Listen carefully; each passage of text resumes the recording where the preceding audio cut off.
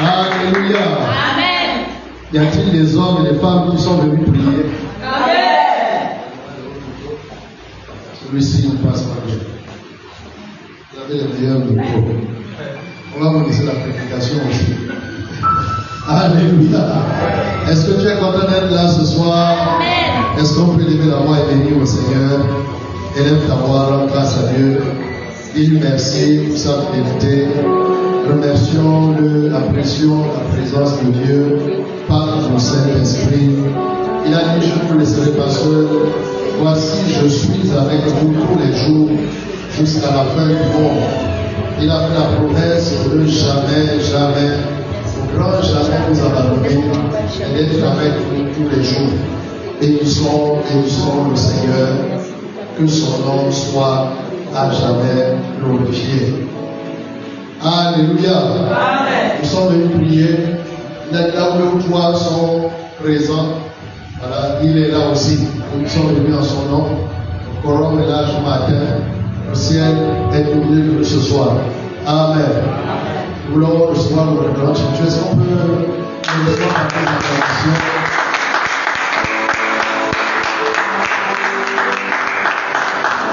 Alléluia. C'est un privilège d'être dans la maison de Dieu, je peux t'asseoir. Et c'est encore plus un privilège de parler de la part du Seigneur. Pour ce soir, je vais être reconnaissant envers de la maison qui permet que ce soir je puisse partager la parole. Mais d'abord, je voudrais que de loin vous avez rien à faire de cette adoration que j'aime beaucoup, de cet air que je respire. Parce que ce n'est pas mérité d'être en vie, c'est la grâce de Dieu. Et nous avons tant besoin de Dieu ce soir. Nous allons exécuter ce chant d'adoration avant de partager une exhortation de prière. Amen. Amen. C'est elle que je respire.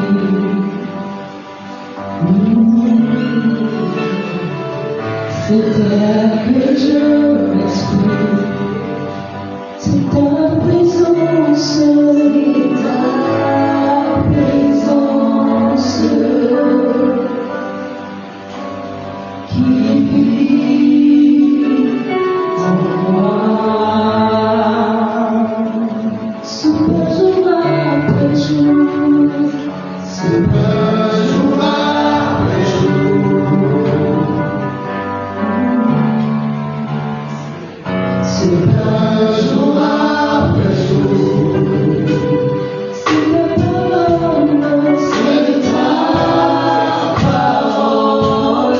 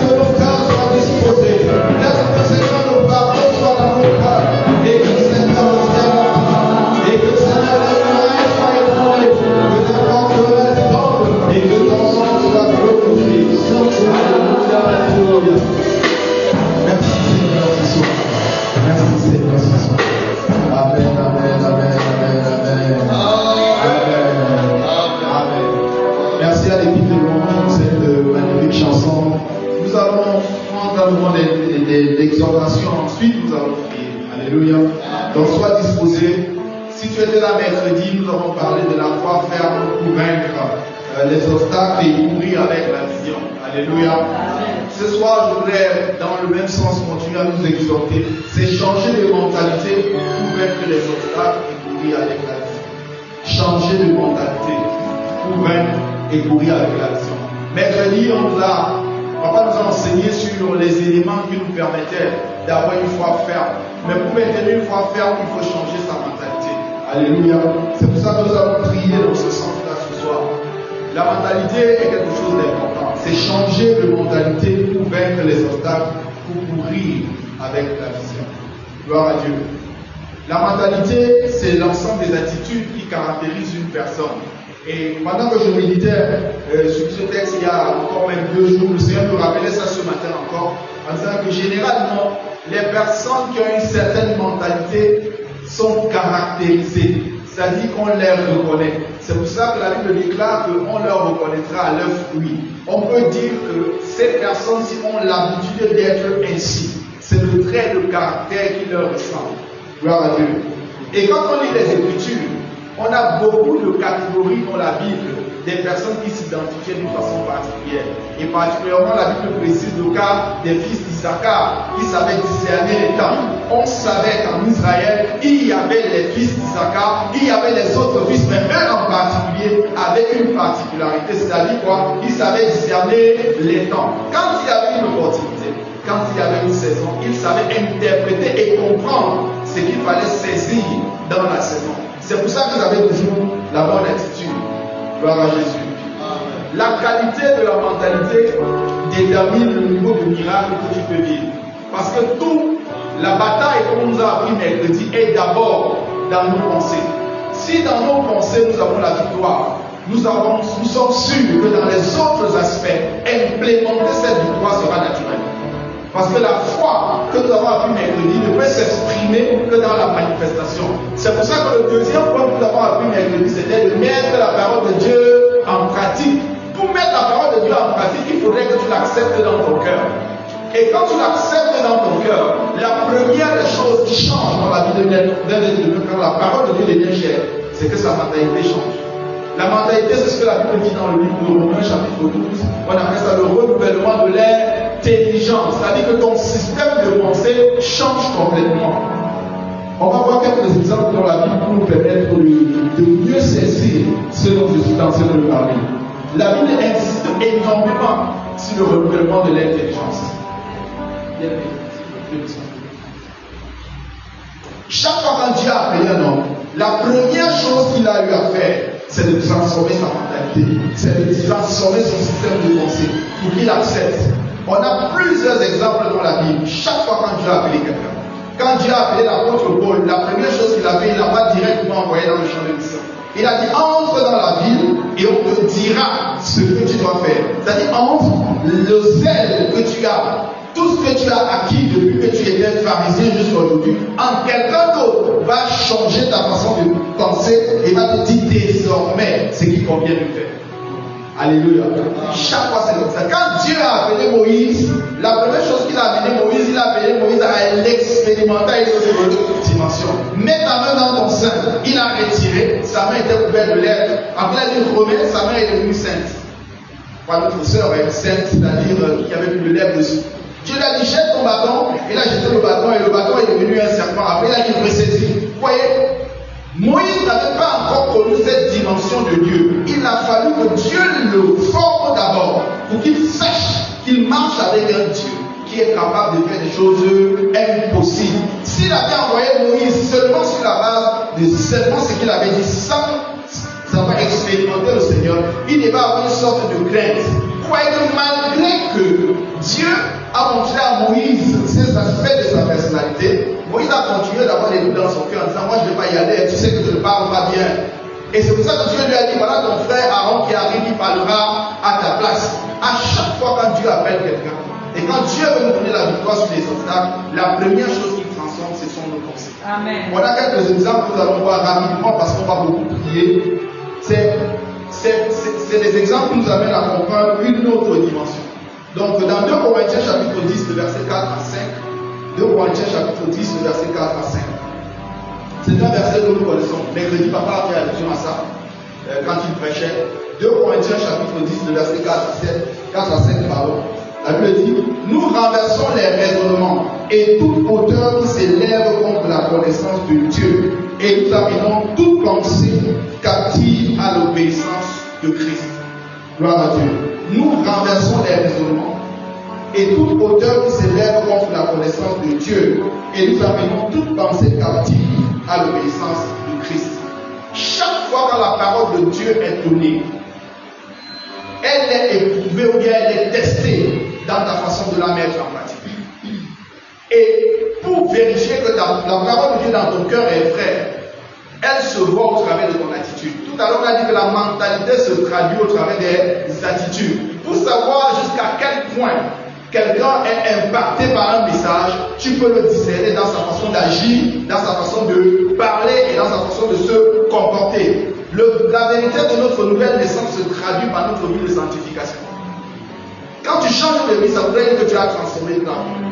On peut le voir. C'est pour ça que la parole de Dieu peut dire qu'on les reconnaîtra à leur fruit. C'est ton fruit qui démontre qu'effectivement la parole de Dieu que tu as entendue est devenue vraie dans ta vie. Ta mentalité change. C'est pour ça que l'apôtre Paul dit que ce que je regardais hier comme un gain à mes yeux aujourd'hui, c'est devenu de la boue, c'est-à-dire sans importance. Parce que hier c'était quelque chose qui me caractérisait. Aujourd'hui que j'ai reçu le message de la lumière, cette chose pour laquelle je vivais et après quoi je mourais est devenue pour moi comme une dîme. Et pour avoir la victoire sur les obstacles, la qualité de la mentalité joue un grand rôle. Et tout à l'heure on l'a dit. Parce que la mentalité détermine le niveau d'altitude que tu peux avoir. Et quand on regarde tous les grands hommes de Dieu qui influencent, notamment le bishop, par exemple aussi, quand il vous parle, au travers de ses paroles, tu comprends la dimension que lui occupe dans sa vie. Chaque situation qu'il aura à être confronté, le langage qu'il utilise, la façon de déclarer, la façon de parler, tu as l'impression que c'est un homme qui n'a jamais de challenge. Mais pourtant, si tu viens écouter comment il prie, tu ne peux pas imaginer jusqu'à quel point. Mais la réalité de Dieu dans sa vie fait en sorte que son regard sur la situation est complètement différent. Amen. Alléluia. Amen. Plus Dieu devient vrai dans ta vie, plus ton regard sur les circonstances change. On a eu des cas dans la Bible. Le premier cas, c'est le cas du paralytique de la piscine de Bethesda. Dans Jean chapitre 5, le verset 2 à 4. Dans Jean chapitre 5, le verset 2 à 4, on connaît cette histoire. C'est un homme qui était paralysé depuis 38 ans. La Bible ne nous dit pas s'il était né comme ça ou bien s'il est devenu ainsi. Mais ce qu'on sait, c'est qu'à un moment de sa vie, il a passé 38 ans en étant paralysé.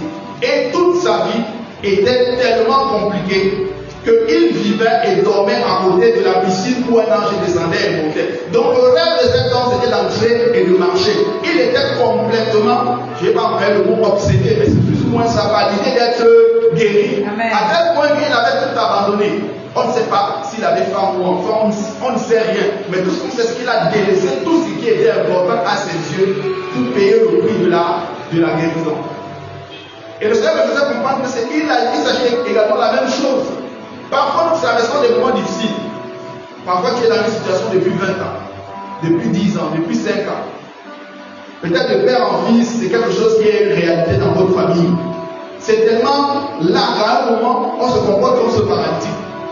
La Bible dit, quand tu lis à partir du verset 2, qu'il y avait beaucoup de malades, des aveugles et des boiteux. Donc c'était comme une association des personnes qui avaient échoué, qui se sont retrouvées. Et on disait non, ton cas est moins grave que le mien, au moins toi tu bois. En fait, quand on se retrouve, on ne parle pas des solutions qu'on peut avoir, on se dit non. Quand on t'entend parler de notre situation, tu sais que moi, ça fait 2 mois de loyer. Non, toi, c'est seulement 2 mois. Moi, j'ai à 6 mois de loyer. En fait, c'est comme si on se retrouvait pour célébrer les échecs qu'on avait rencontrés. Et très souvent, parfois chez les enfants, on se retrouve comme ça quand tu les écoutes parler. Non, mon frère, tu ne connais pas les défis. Non, ton défi est plus petit. On passe le temps à faire comme si on célébrait les difficultés qu'on traversait. À l'image de cet homme qui avait tout perdu et dont le seul espoir, c'est d'attendre que l'ange descende. Le début, l'eau et qui plonge. Vous voyez, quand on est tellement accaparé par l'obstacle qui est devant nous, par la difficulté que nous traversons, parfois on ne sait pas discerner le temps de la visitation. Alléluia. Parce que quand Jésus vient devant lui dans sa tête, il n'a qu'une seule idée. Tu es venu m'aider à entrer dans le... Moi, ma seule chose de dire. Et quand on lui pose la question, veux-tu être guéri? Il n'a pas écouté la question. Il n'a pas écouté. Il n'a rien écouté de ce qu'on lui a posé comme question. Je me suis imaginé un dialogue imaginaire avec Jésus en lui disant que tu peux porter me jeter dans l'eau s'il te plaît. Je vois que tu as des bras, tu as des jambes, tu es plus fort que moi. Il n'y a personne. Parce qu'en fait, c'est ce qu'il traduit dans son cri. C'est que chaque fois quand je vais y aller, non, il y a un qui est plus fort que moi. Le poignard que tu vois à côté qui est guéri maintenant, il avait un pied, il a sauté plus vite que moi. Moi, je ne peux pas, je me traîne les bras. Personne ne va venir me relever si tu te plains. Il a dit que Dieu n'exauce pas les pleurs. Il exauce une prière remplie de foi et de larmes. Si tu pleures seulement, ça ne marche pas. Mais que on a vu que c'est la foi ferme qui produit le miracle. Si tu pleures et que tu exerces ta foi, Seigneur, ça fait longtemps que cette situation existe. Assez, c'est assez. Même si tu as des larmes aux yeux, mais que tu crois que ce Dieu est capable de guérir, ce miracle va se faire. Alléluia. Cet homme n'a pas vu quand Jésus est venu. Il n'a pas écouté les paroles qui lui ont été dites. Veux-tu être guéri? Est-ce que tu veux que ta situation change? Ça fait 38 ans. Le Seigneur lui mettait ce fardeau qui disait, ça fait 38 ans peut-être que vous êtes dans l'occasion. De père en fils, il n'y a personne. Et Dieu me dit, écoute, quel est l'héritage que tu laisses? C'est un obstacle qui pèse sur ta famille depuis des années. Tu as vu ton père mourir pour laisser en location, c'était votre héritage. Toi, parce qu'il y a déjà un certain âge, peut-être que tu risques de. Non, il est temps que tu dises, comme cet homme, sache quand Dieu te visite. Amen. Quand on annonce une parole dans la maison de Dieu, il faut saisir. C'est un obstacle qui te barre l'opportunité d'entrer dans un épanouissement permanent. Et je ressens dans mon cœur que peut-être qu'on t'a même donné, après on a même repris. Ne sois pas frustré dans ton cœur. Dieu a les meilleures choses pour toi. Amen. Parfois on te donne, on te dit c'est pour toi. Moi j'ai vécu ça quand j'étais ado. On vient dire à mon père, écoute, on te donne cette maison. On a fait la célébration. 2 ans après, on vient vous dire que bon, prêtez. Que non, vous prêtez. Donc donner est devenu prêter. J'ai dit à lui, non, ça ne peut pas continuer comme ça. Et quand je suis devenu adulte, j'ai dit, la première chose que je fais, quand j'ai un peu d'argent, j'achète mon terrain. Donc au moins je sais que j'ai laissé un terrain, même s'il est vague, c'est pour mes enfants. Amen. Au moins là-bas, s'ils font, peu importe ce qu'ils vont construire dessus, ils ont quand même quelque chose qui leur revient de toi, que leur père leur a laissé. Parce qu'il faut briser la loi de la continuité sur ce genre de situation. Ça ne peut pas continuer. Alléluia. Amen. Cet homme était résigné à tel point qu'il vivait là-bas. Il n'avait pas d'autre option. Sa mentalité, quand on lui pose la question, qu'est-ce que tu lui dis? Je n'ai personne pour me jeter dans l'eau. Pour me jeter dans la piscine. Quand l'eau est agitée, et pendant que j'y vais, un autre descend avant moi. Il n'y a pas le temps pour les excuses quand tu veux te lever. Ta mentalité doit être une mentalité de victoire. Seigneur, cette situation ne peut pas rester indéfiniment la même. Tu dois briser la loi des préjugés. Alléluia. Il est temps que tu te lèves et tu chantes. Quand Jésus est venu lui poser la question, sa réponse te disait dans quel état d'esprit il était. Il avait tellement eu des trous noirs. Ouais, quand une situation le dépasse, il avait déjà décidé dans sa tête, certainement il avait déjà des plans B. Non, je ne peux pas me marier, je ne peux pas avoir de maison, je ne peux pas avoir de travail. Et il a accepté cette situation comme étant vraie.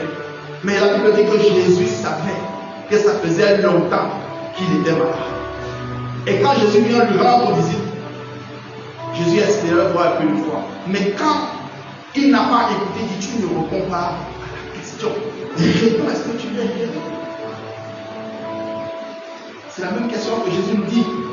Le problème de Jésus, ce n'est pas le temps que tu as mis dans cette situation. Il est au courant que ça fait longtemps. Il est au courant que ça dure.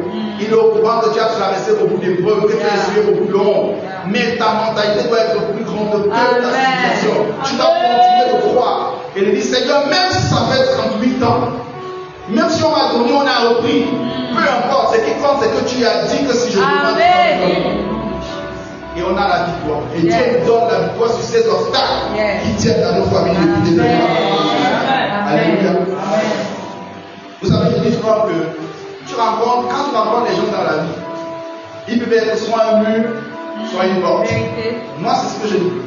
Quand tu rencontres les gens dans la vie, ils peuvent être soit un mur, soit une porte. C'est de même quand tu rencontres une situation.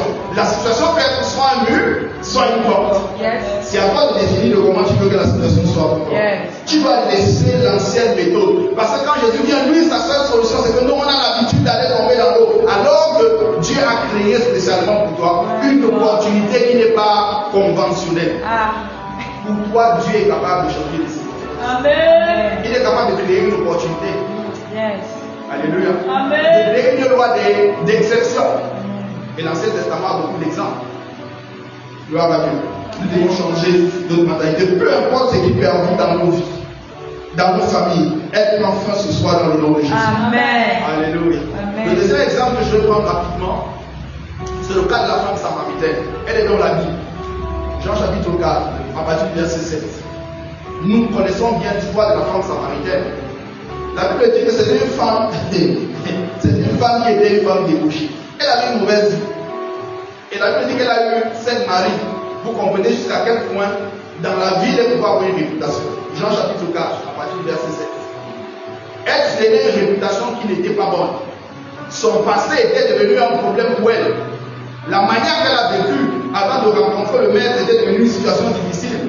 Et quand tu as cette mentalité, tu te ranges. Elle partait au puits à midi avec le soleil. Parce qu'elle ne voulait pas rencontrer les autres femmes, bien parce que les autres femmes ne voulaient pas. Oh, peut-être que tu peux ressentir parfois un sentiment de rejet. Peut-être ta famille te rejette, peut-être tes amis te rejettent parce que tu ne penses pas pareil, peut-être à cause de ta condition, à ce qui a été ta vie dans le passé. Pour Dieu, ça importe peu. Il veut simplement que tu crois que même avec le passé que tu as eu, il est capable de justifier les soldats qui sont devant toi.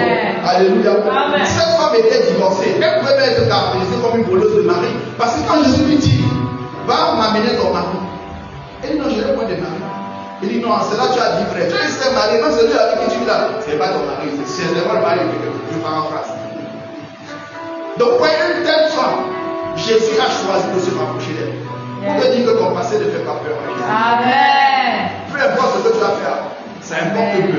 Ce qui compte, c'est aujourd'hui que tu l'as rencontré. Comment tu penses? Amen. Comment tu te vois? Est-ce que tu te vois toujours comme la femme d'autrefois ou tu te vois comme la femme d'aujourd'hui, transformée par Jésus? Cette femme avait une autre problème, il y avait des barrières d'intégration parce que les Samaritains et les Juifs ne se parlaient pas. Et c'était compliqué. C'est-à-dire quand tu prends, te mets dans un autre pays, on t'envoie en Suisse, on t'envoie au Japon, on t'envoie en Russie, je sais pas où. Tu arrives, tu as un type de culture, tu dois t'intégrer. Et tu sais que les deux là sont ennemis, ils ne se parlent pas. Jésus casse les barrières. Amen. Il te dit, peu importe là où tu viens, là où tu sors, ce qui est le plus important, c'est ton cœur. Amen. Parce qu'on comprend son état d'esprit quand elle voit le verset 11, il dit, Seigneur, lui dit-elle, tu n'as rien pour puiser et le puits est profond.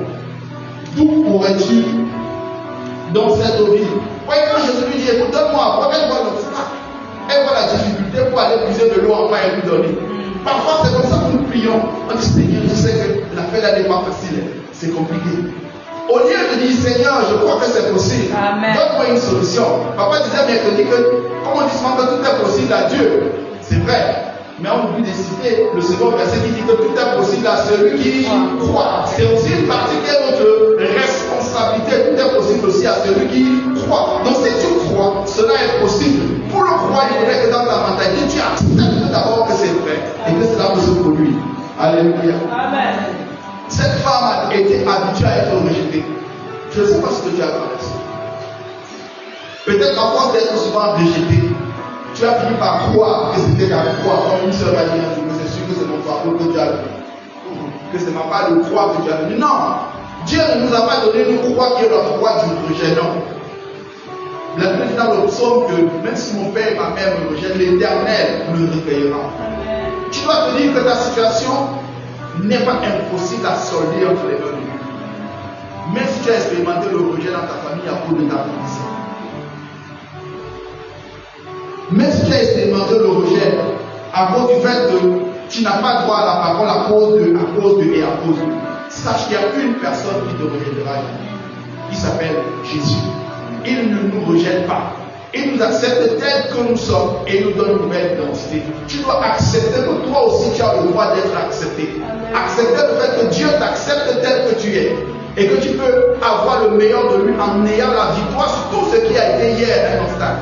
Certains ont fait des obstacles démoniaques qui sont des obstacles émotionnels. Il faudrait que Dieu, qui t'a accueilli aussi, te donne la victoire sur ces obstacles qui t'empêchent de t'apprécier et d'avancer dans la vie.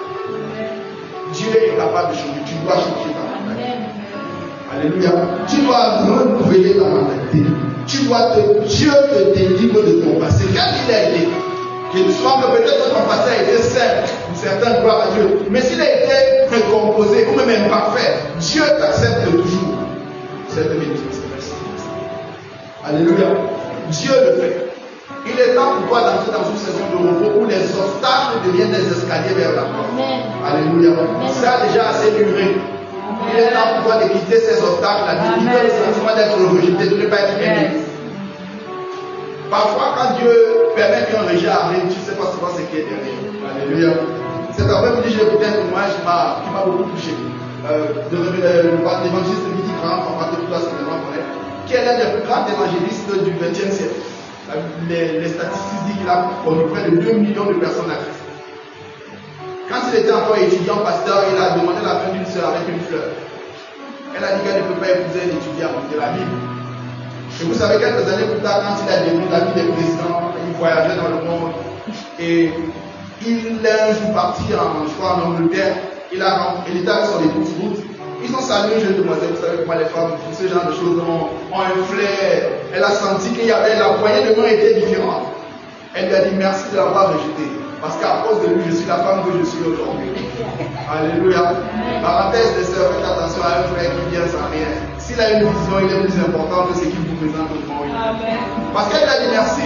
Grâce à ce rejet, elle aujourd'hui, elle est une femme heureuse.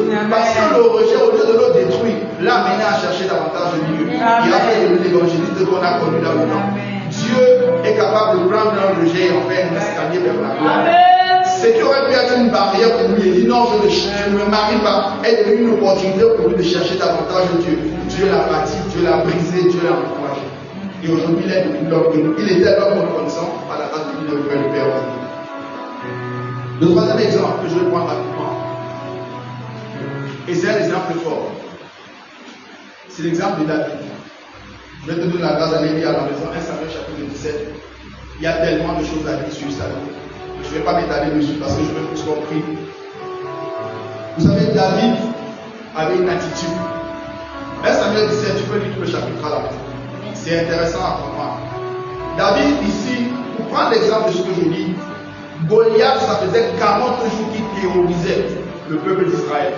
Vous savez que chaque fois qu'il y a 40, c'est généralement comme un symbole de soit de l'échec, soit de la victoire en fonction du côté où on se trouve. Mais pendant 40 jours, il disait donnez-moi un homme. Il n'y avait personne. C'était un militaire. Il avait l'habitude de faire la guerre. Il a eu des victoires. C'était le champion. On l'appelait le champion de Galles. Il faisait peur. Ce qui est la réaction normale d'une personne. Donc vous savez, quand David arrive au champ de la guerre, quand il regarde, il commence à s'étonner. Il pose la question, qui est cet incirconcis qui ose défier l'armée de l'Éternel? Il s'étonne qu'il n'y ait pas un homme qui se lève pour aller le combattre.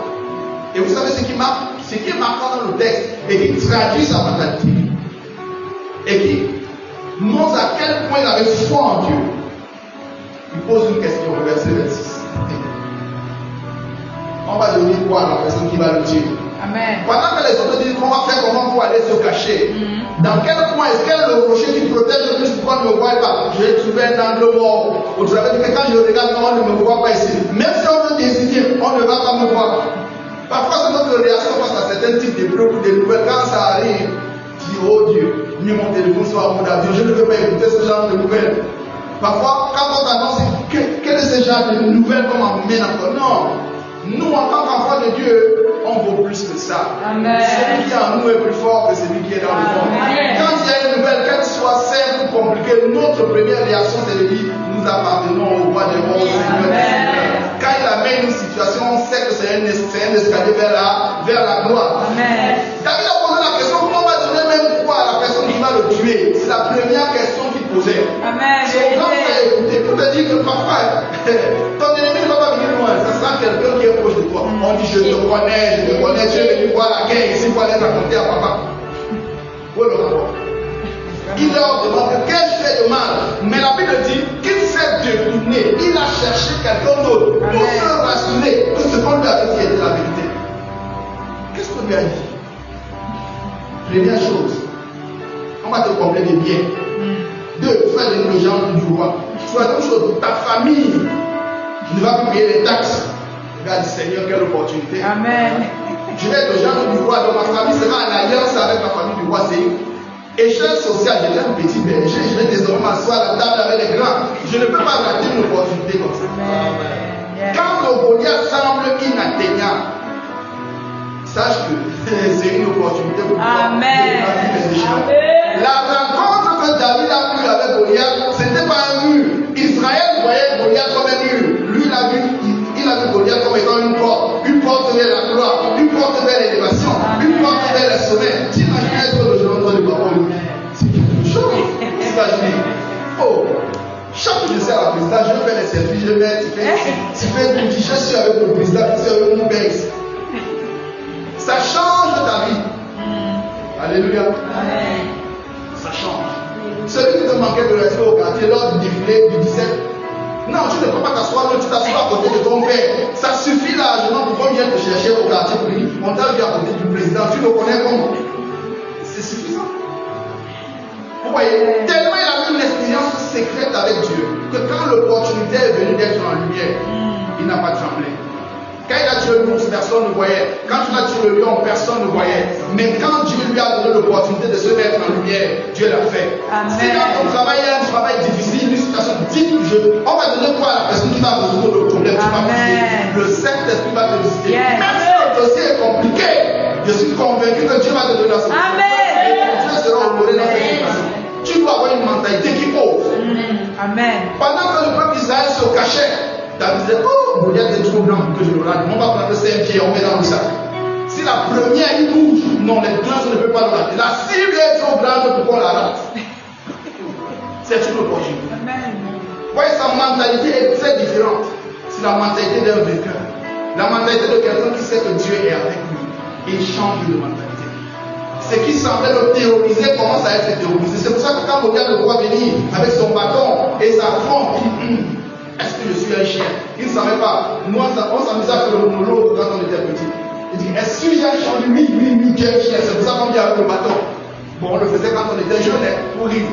Vous dites, quand tu poses ta question, tu as dit de ta propre bouche comment est-ce que David te considère. Il ne te voit pas comme Goliath, il te voit comme un chien. Quelle est la différence entre les gens voient le géant, lui voit une opportunité? C'est un chien. Si on nous voit dans la maison ici, on voit comment Badian fuit derrière un poussin, on va se poser toute la question, lui, qu'est-ce qu'il ne va pas? Naturellement, c'est l'inverse qui doit se produire. Oh, je vais dire à quelqu'un ce soir que tu vas théoriser tes erreurs. Si ce qui te faisait obstacle depuis des années, là, tu vas les théoriser. C'est eux qui vont fuir. Amen. Prie de façon à ce que quand les gars sentent que voilà la maison de terre, non, on dit on ne passe pas. Envoyez-nous partout, sauf là-bas. Parce que c'est une maison où la vie est interdite. Quand on franchit le ciel, on ne rentre pas comme on est. Amen. Par la grâce de Dieu, nous allons mettre en dehors tous les ennemis. Alléluia. Amen. Oh, ta vision va déterminer tes possessions. Vois-toi comme Dieu te voit. Vois-toi comme les yeux de Dieu te voient. David n'avait pas peur. David n'avait pas peur. Vous savez quoi? Il y a plein de choses à dire, mais je le fais comprendre. David n'avait pas peur. Face à l'obstacle qui était en face de lui, il a dit, Seigneur, assez c'est assez. 40 jours c'est trop. On ne lui ajoute plus une journée. Non, c'était bon comme ça. C'est bon, ça s'arrête. Il faut bien qu'il y ait quelqu'un qui s'élève, qui dise dans ma famille, cette chose va s'arrêter dans le nom de Jésus. Ça fait trop de générations qui souffrent. Quand on a une promesse d'avancement, pour que ça s'accomplisse, il faut que je fasse des nouvelles de prières, des quarantaines de prières. Non, moi aussi je peux entrer dans le repos de Dieu. Alléluia. Oh, le Seigneur me mettait cette pensée puissante. Je ne suis pas Joseph. Parfois, nous ne sommes pas tous Joseph. Vous commencez par la citerne. On peut commencer comme Moïse directement au palais. Alléluia. On n'est pas tous obligés de commencer par la citerne. On peut commencer comme Moïse, on commence directement dans le palais. Alléluia. Amen. C'est la Bible. Même dit que Joseph d'Arimathée était un homme de bien. Sa famille avait de l'argent. Oui. C'est possible. Cette saignée doit s'arrêter dans nos familles, dans le monde. Ces obstacles qui nous ont longtemps brisés, qui nous empêchaient de servir le Seigneur convenablement et sans frustration, nous allons mettre un terme à cela. Est-ce que tu peux te lever et prier? Seigneur.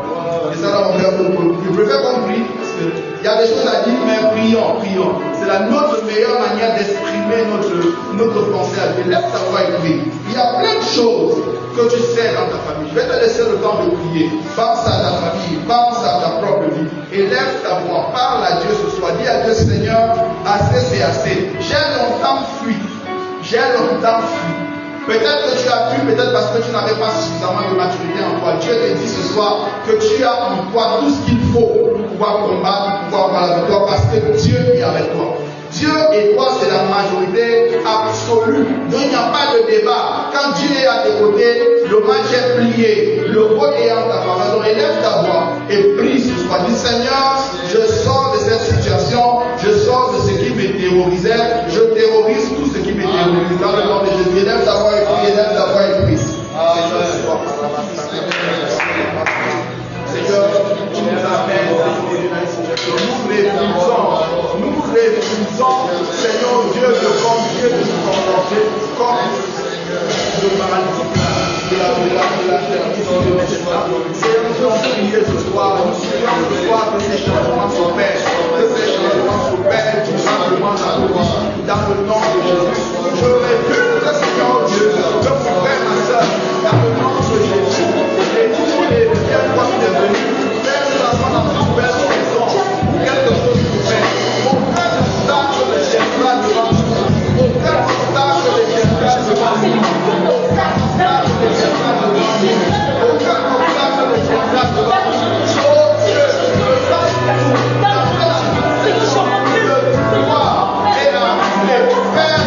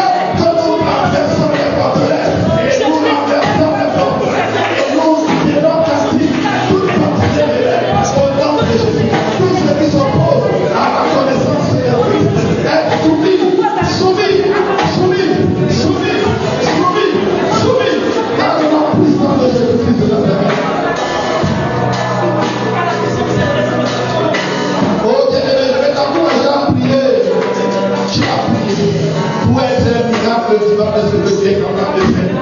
Alléluia. Ça fait longtemps que tu écoutes le témoignage des autres. Papa dit souvent ici, il faut suivre. Sois dans le mouvement. Ne t'étais pas. Quand Dieu dit son peuple dans une saison, il faut être sensible. Alors lève-toi et prie. Dis à Dieu, Seigneur, ce soir, tu me localises. Tu me localises et je m'accroche à ton manteau. Viens, pour quelque chose de différent va se poser. Je deviens un témoignage vivant. Que mon nom aussi s'inscrive dans ceux qui vivent les témoignages de cette génération. Est-ce que tu peux élever ta voix et prier? Est-ce que tu peux élever ta voix et prier? Je veux que tu aies la foi ce soir pour demander quelque chose que tu sais, en tout cas de tout, que tu sais, qui est nécessaire à ton épanouissement, que tu sais, pour lequel tu pries pendant depuis des années, comme cet homme qui est dans la visite de l'État pendant 38 ans. Parle de ce problème à Dieu ce soir. Il t'écoute, il va te répondre. Crie à lui de tout ton cœur. Il est disposé, le ciel est disponible pour t'écouter ce soir. Est-ce que tu peux lever ta voix et prier? Et lève ta voix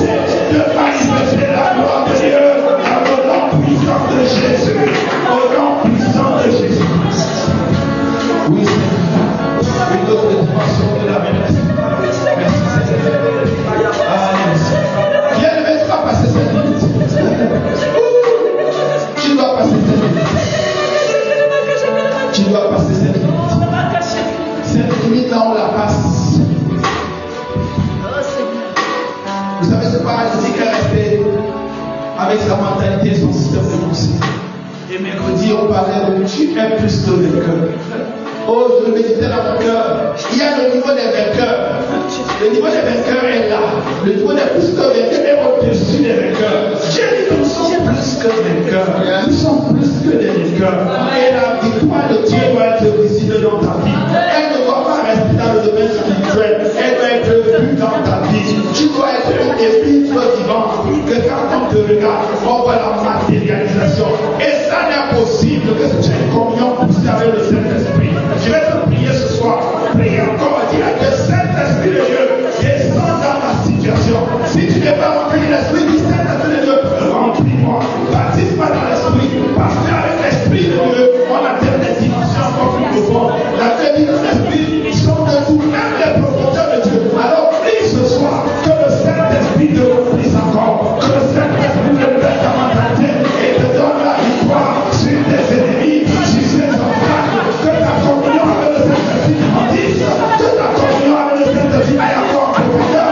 Si tu sens que tu vas prier en langue, prie en langue. Relâche-toi dans la présence du Seigneur. Il est d'avoir écrit ce soir. Il est d'avoir écrit ce soir. Il est temps que les situations changent. Et ça passe par la communion profonde avec le Saint-Esprit. Alors appelle le Saint-Esprit ce soir. Saint-Esprit, nous sommes vivants. Nous sommes vivants. Nous te demandons d'être présents. Remplis-nous, Saint-Esprit. Donne-nous d'être conduits dans les profondeurs de la compréhension des choses divines. De saisir le plan et les circonstances. La Bible déclare que tu vas nous enseigner chaque chose. Tout que tu as reçu du Père, tu vas nous les communiquer. Tu vas nous les transmettre. Nous avons besoin de ta lumière. Nous avons besoin de ta direction. Pour avoir davantage de foi. Pour reculer encore les pays des dieux de Satan. Et avoir la victoire. Lui, les personnes. Nous voulons le gagner à toi. Les territoires qui nous ont été volés. Saint-Esprit, nous invoquons ce soir. Remplis mon frère. Remplis ma soeur. Remplis mon frère. Remplis ma soeur. Ceux qui sont en présentiel. Ceux qui sont en ligne. Partout ceux qui ont écouté. Avec diffusion. Remplis-les, Seigneur. Qui sépare la même grâce que tu nous fais ce soir. Oh, merci la vie de quelqu'un. Qu'il soit transformé. Qu'il soit modéré. Qu'il soit rempli du Saint-Esprit. Amène-nous dans les profondeurs de Dieu. Nous avons besoin de ton aide pour avoir la victoire. Saint-Esprit, prends le contrôle. Sois à couvert, dirige. Seigneur, donne-nous tout. Donne-nous tout. Dans nos études, dans notre santé, dans le ministère, dans notre vie professionnelle, dans nos activités de maison, dans notre vie de couple. Peu importe le domaine d'intérêt de Dieu, nous avons besoin de toi ce soir. Oh, viens restaurer, restaure. Viens nous parler, viens nous ministrer, viens nous apporter la révélation. Par nos cœurs, ce soir. Oh, Seigneur, de la terre, par nos cœurs, laisse que tu vas nous la vie, le Saint-Esprit de Dieu. Toi seul tu te rends capable. Toi seul tu te rends capable. Toi seul tu bâtis. Toi seul tu conduis. Toi seul tu diriges. Saint-Esprit de Dieu. Avec toi nous sommes sûrs d'être plus. Alléluia.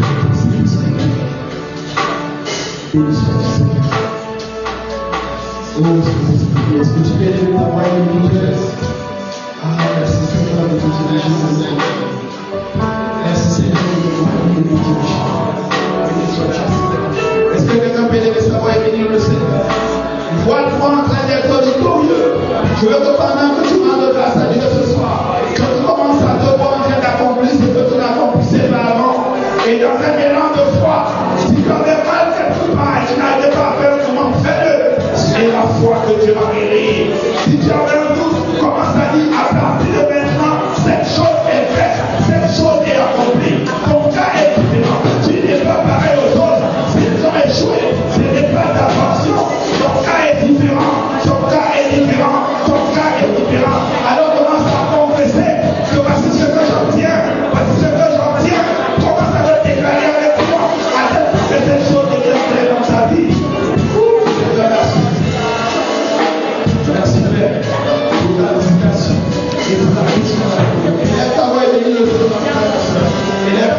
Bénis le Seigneur.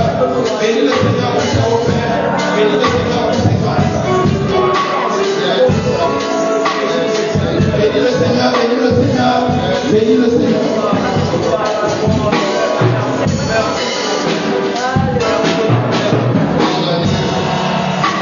Gloire à Dieu. Que ton nom soit béni. Merci pour les victoires. Merci pour les témoignages. C'est fait au nom de Jésus. Est-ce qu'on peut crier Amen? Amen. Alléluia. Gloire à Dieu pour cette belle parole, cette bonne parole. Est-ce que tu as été béni ce soir? Nous sommes ici avec une lumière. À chaque fois, il y a un défi qui se présente. Ne sois pas mieux, pose une question. Quelle est la bénédiction qui est derrière? Amen. Yes. Les autres voyaient la mort. David voyait la bénédiction. Amen. Tu comprends? Donc, à chaque fois que tu donnes une nouvelle tâche, c'est l'heure de partir à la maison. C'est là que le DG vient. Voici le dossier à traiter. Ne pose pas la question au DG. Il y a Dieu, Seigneur. Je ne veux pas traiter le dossier avec la colère. Amen. On me prime les heures et on ne paye même pas les heures sup. Un sens spirituel de développer. Il y a Dieu, Seigneur. C'est quoi la récompense derrière ça? À la limite, vois chaque tâche, vois chaque défi comme étant une récompense. Et la bonne attitude. Alléluia. Quand une situation arrive, Seigneur, quelle est la bénédiction, quelle est la récompense derrière ça? Tu verras que tu vas aborder la situation vraiment de façon détendue, relax. C'est comme ça que tu ne manqueras pas la portion. Tu es béni au nom de Jésus. Est-ce qu'on peut encore acclamer Jésus pour la parole?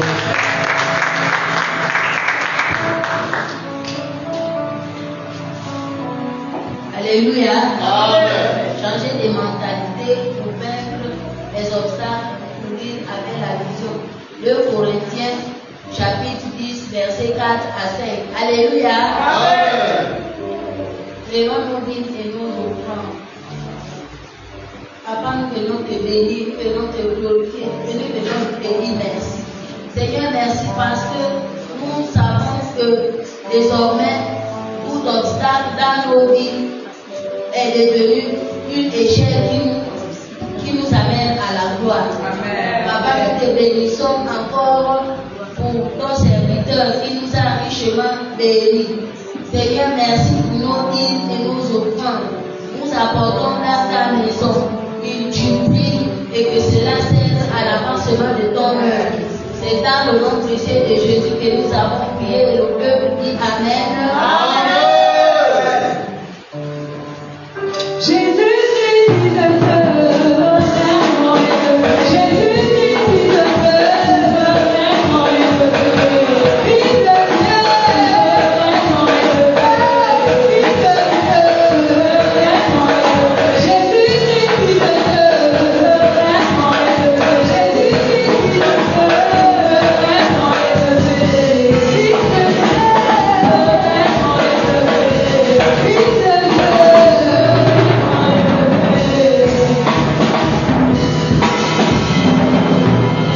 Shalom, peuple de Dieu. Nous passons aux annonces. Demain, samedi à 12h, les chambres se réunissent. À 17h, toutes les personnes programmées pour le culte de dimanche se réunissent pour la préparation du culte. Et dimanche à 8h30, nous avons notre culte d'action de grâce. Alléluia. Amen.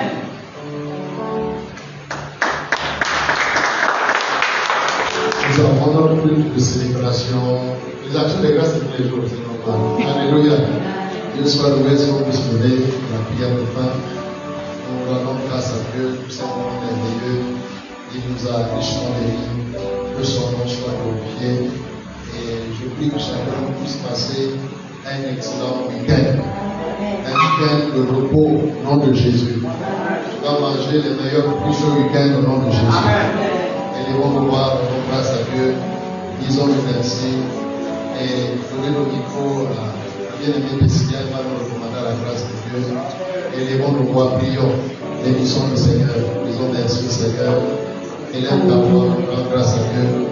Merci pour ces instants bénis, pour ces instants loin. Nous avons été richement bénis. Ainsi que le vase, communicants, prions que tu nous remplisses, afin que la prochaine fois, nous puissions boire jusqu'à déborder. Merci Seigneur, nous pensons à ceux qui ont été en ligne, la même grâce repose sur eux. Les témoignages pleuvent au nom de Jésus. Ton nom soit béni, que ton nom soit béni. Éternel, notre Dieu, notre roi, nous te bénissons et nous te rendons grâce. Papa, nous te disons encore merci pour ta parole. Nous te demandons de déverser toutes les bénédictions sur tes serviteurs. Seigneur, alors nous nous apprêtons à rentrer chez nous. Nous te demandons de bénir notre départ. Nous te demandons de nous accompagner, Seigneur. Nous te demandons, Papa, de nous bénir, de nous préserver de tout mot et que toute la gloire te soit rendue. Amen. Amen.